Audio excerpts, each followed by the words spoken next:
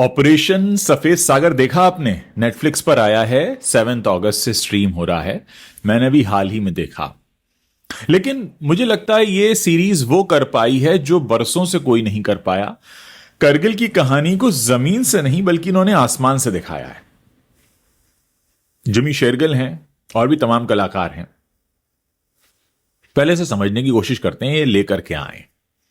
देखिए, ये सीरीज जो है वो 1999 के करगिल युद्ध की उस कहानी को सामने लाती है जो अब तक ज्यादातर लोगों ने सुनी नहीं थी। भारतीय वायुसेना के गोल्डन एरो स्क्वाड्रन की कहानी है।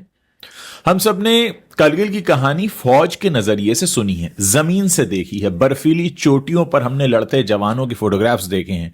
लेकिन यह सीरीज उस मिशन को दिखाती है जिसने युद्ध का रुख ही बदल दिया और जो दुनिया का सबसे ऊंचाई पर हुआ हवाई ऑपरेशन बन गया, उसकी कहानी है। 6 एपिसोड की सीरीज है। एक झटके के साथ शुरुआत होती है, बर्फ से ढकी चोटियों पर एक जेट गिरता हुआ, और फिर कहानी 4 महीने पीछे जाती है, यह दिखाने के लिए कि यह स्क्वाड्रन बना कैसे। यह स्ट्रक्चर बहुत समझदारी से रचा गया लगता है, क्योंकि जब आपको पहले ही पता लग जाता है कि आगे क्या खोने वाले हैं आप, तो हर छोटा पल एक बड़े तैयारी के साथ आप उसे देखते हैं। एक बर्थडे सेलिब्रेशन है, कॉकपिट में हो रहा एक प्रपोजल है, मेस में देर रात का खाना चल रहा है, सब कुछ बहुत अलग तरह से आपको दिखता है। कलाकारों की बात करें तो सिद्धार्थ ने स्क्वाड्रन लीडर अजय आहूजा का किरदार निभाया है, और कहना गलत नहीं होगा कि उनके करियर की सबसे कंट्रोल्ड और सबसे डेप्थ वाली परफॉर्मेंस लग रही है। उसमें एक अलग ही गर्मजोशी दिखती है, एक सुकून भी दिखता है, जो उस किरदार को सच में एक ऐसा लीडर बना देता है जिसे आप समझना चाहते हैं, जिससे आपको प्यार भी हो जाता है। Jimmy Shergill wing commander BS Dhanoa के रोल में है और अपनी सधी हुई मौजूदगी से पूरी सीरीज में एक ठहराव लेकर आ रहे हैं। ज्यादा एफर्ट नहीं दिखता है उनका, लेकिन जादू दिखता है। अभय वर्मा, मेहर आहूजा, तारक रैना और अर्णब भसीन जैसे युवा पायलट्स की केमिस्ट्री बहुत अच्छी लगती है। आप इनसे जुड़ जाते हैं। दिया मिर्जा और आदिल हुसैन का स्क्रीन टाइम कम रखा गया, बहुत थोड़ा सा रखा गया, लेकिन जो असर वो छोड़कर जाते हैं वो लंबे समय तक आपको याद रहता है।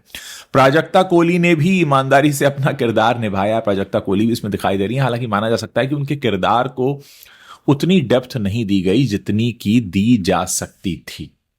अब जो चीज इस सीरीज को असली मायने में खड़ा करती है वो है इसके एरियल कॉम्बैट सीक्वेंसेस जो हैं, वो बहुत आप इंजॉय करते हैं। बिना शक इस सीरीज के सबसे बड़े हाईलाइट मैं कहूंगा वो एरियल कॉम्बैट सीक्वेंसेस जो हैं। MiG-21, MiG-23, MiG-27 जैसे लड़ाकू विमानों को ऊंचाई वाले इलाकों में फिर से दिखाया गया, और ये सीक्वेंसेस बिना जरूरत से ज्यादा तड़क भड़क के बड़े असरदार बनाए गए, और आप खुद को ऐसा लगता है कि आप कॉकपिट के अंदर बैठे हैं। देखिए, जब आप इस तरह के सीन्स देखते हैं जहां दो पायलट्स हैं और बादलों के बीच वो बिजली से जूझ रहे हैं, तो आपको समझ में आता है कि क्या होता होगा वहां पे। इस सीरीज की शूटिंग हिमाचल प्रदेश के शिंकुला पास, जिस्पा, सिस्सू, रोहतांग और द्रास आर्मी बेस जैसे असली ऊंचाई वाली जगहों पर की गई है, और यह मेहनत पर्दे पर साफ दिखती है। डायरेक्शन की बात करें तो ओनी सेन ने इस कहानी को बहुत संतुलन के साथ पेश किया है। 6 एपिसोड की सीरीज है। अक्सर इसमें ऐसे पल आते हैं जो खींचे हुए या कई बार गैर जरूरी लगते हैं, लेकिन यहां ऐसा नहीं होता। और सबसे खास बात यह है कि यह सीरीज जोश और जज्बे में बहकर भड़काऊ नहीं होती। ये चीख चीख कर कोई देशभक्ति नहीं दिखा रही है, बल्कि खामोश हिम्मत और वो संवाद जो बिना शोर के भी असर छोड़ जाएं, उन्हीं को दिखाया गया है। यही वजह है कि इसमें इमोशन काफी असली लग रहा है। एक बात मैं आपको और बताऊंगा कि ये सीरीज 6 एपिसोड की है और हर एपिसोड की लंबाई करीब करीब 1 घंटे की है, कुछ 50 मिनट के भी हैं। तो कुल मिलाकर मतलब अगर आप इसको देखने बैठते हैं तो आपके 5.5 घंटे तो जाने वाले हैं, 5.5 से 6 घंटे। और उसमें आपको एक बढ़िया सिनेमैटिक एक्सपीरियंस आपको मिलता है। अब हम जब बात कर रहे हैं ऑपरेशन सफेद सागर की, तो उसमें कुछ कमियां भी हैं और उनको भी हम बहुत ही ईमानदारी के साथ आपके सामने रखेंगे। देखिए, कुछ जगहों पर खासकर प्राजक्ता कोहली वाला जो ट्रैक है, उसमें ऐसा लगता है कि किरदार की मौजूदगी कहानी में उतनी सहज रूप से नहीं है जितना बाकी किरदारों की। उन्हें लगता है कि जबरदस्ती फिट किया गया है, लेकिन अब ये कमी है तो है, ये आपको दिखेगी। आप इसको देखते हुए सोचेंगे कि प्राजक्ता कोहली का रोल क्या कर रहा है। देखिए, ऑपरेशन सफेद सागर मैं कहूंगा एक मस्ट वॉच है, क्योंकि ये सीरीज सिर्फ एक युद्ध की कहानी नहीं है, ये उन परिवारों की भी कहानी है जिन्होंने अपने अपनों को जान दांव पर लगाते देखा। एक ऐसी सीरीज नहीं है जो आपको सिर्फ रोमांच से भर देगी, या आपको सोचने पर भी मजबूर करेगी कि आजादी की जो हवा हम बिना सोचे समझे सांस में ले लेते हैं, उसकी कीमत किसी ने अपनी जान देकर चुकाई है। 15 अगस्त से और बेहतर दिन क्या होता जो मैं इसका रिव्यू करता, इसलिए मैं 15 अगस्त का मैंने दिन चुना। तो अगर आपने अभी तक ऑपरेशन सफेद सागर नहीं देखा है तो नेटफ्लिक्स पर जाइए, देखिए, और ये रिव्यू आपको कैसा लगा है इसको भी कमेंट सेक्शन में बताइए।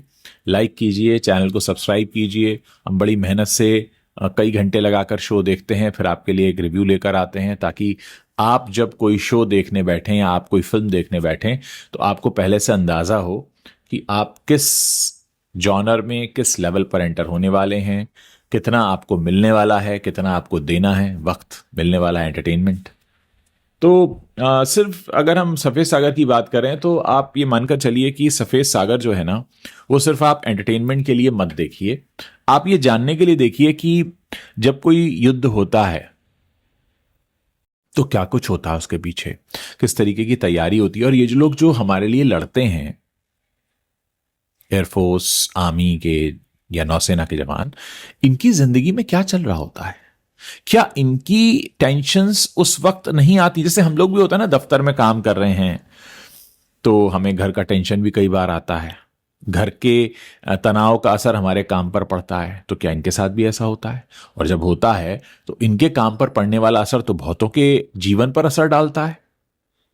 ये तमाम चीजें उसको समझना, इसका बड़ा मानवीय पहलू मैं कहूंगा। हाँ, कुछ लोगों को ये लग सकता है, जो मुझे भी लगा शुरू में, कि बहुत ज्यादा डिटेलिंग है, बहुत ज्यादा डिटेलिंग है। आपको ऐसा लगेगा कि आप शायद एयरफोर्स में भर्ती होने वाले हैं इसको पढ़ने के बाद।